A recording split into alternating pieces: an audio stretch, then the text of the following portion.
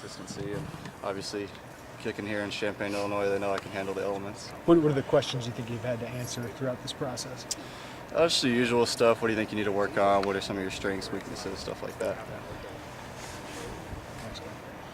What's the process leading up, like in the weeks leading up to this, physically, mentally? What do you have to do that maybe is a little different than people don't realize? Not much for kicking. I mean, it's pretty much exactly what you'd expect. Lots of kicking and working out. Some of the other guys, Nicky Algretti, Delshawn, AJ, all of them, they have to get ready for all of the 40, the bench, and all that. The kickers usually stay away from that and just kick, so it's just working out and kicking. Mentally, is it basically going into a job interview? How do you handle that mentally? Exactly, yeah. Bob Lugashevsky, special teams coach here, he's done a great job working with me and putting some pressure on me, and he's been through the process with the NFL, so I get with him. I've been with Neil Rackers and just a bunch of camps around here just so I can get used to the pressure, so when I come to a situation like this, it's nothing surprising me. What are some of those things they do to prepare you for that? They'll get in your face, they'll like stand right next to you when you're kicking, they'll say stuff, they'll call timeout on you.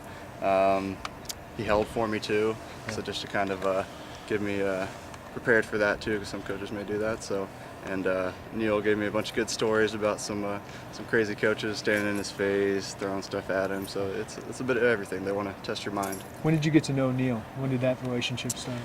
I think it was 2-3 years back maybe. He came out for practice and got to meet him there, and yeah, just kind of been in touch ever since. What's he meant to you to have somebody who's been through that and been really good at it? Yeah, it's awesome to have a great resource like that. Him and Derek Dimke have been helping me out a lot.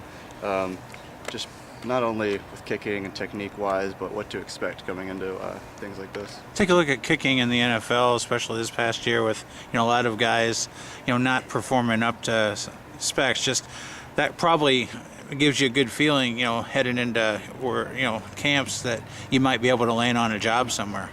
Yeah, I mean, it's something that you definitely have to take into consideration when looking at what teams you want to go to, who their kicker is now.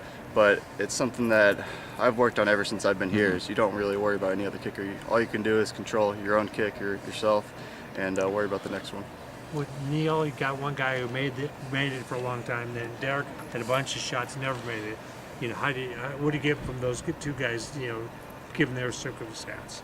I think the bottom line they told me is that you just have to get one coach to fall in love with you. Okay. That's the one thing Neil always said about Derek. He said he was a great kicker.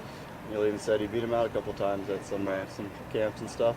But at the end of the day, you got to have one coach to fall in love with you, and that's all there is to it. There's only 32 spots in the NFL, but there's the XFL, there's the AAF for now. Would you be open to any of those things? I mean, obviously, I want to keep kicking as long as I can, but right now it's focused all on the NFL. What are the things that you mentioned, getting one coach to fall in love with you? What is it about you, your personality, physically, that you think you can maybe sell yourself to those guys?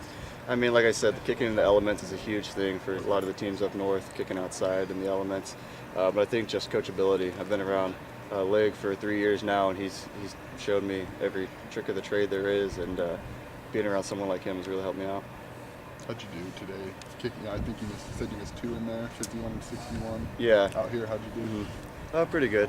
Kickoffs went okay.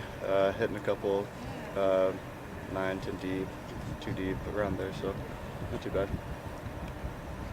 How different is it for you to just be kicking in like a completely empty stadium compared to you're used to having at least a somewhat sizable crowd? Just how does it feel to have to kick in front of these scouts with nobody else but them staring at you? I'd say it's about the same, really. I mean, either way, you got people watching you, and I mean, at the end of the day, you kind of block out all the noise, all the stuff around you, and just focus on the task at hand.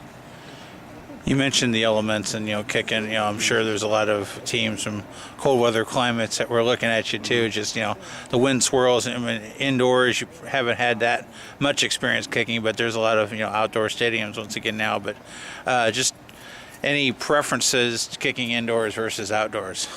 I mean, indoors is obviously nice. You don't have to worry about any wind at all. I just put it down the middle and as deep as you can on kickoffs, and that's all there is to it. But I kind of like kicking outside. Hitting here for 4 or 5 years, it kind of got me used to it, and not a lot of guys can do it. What were the worst conditions you ever had to kick in? I think it was Iowa 2 or 3 years ago. Okay.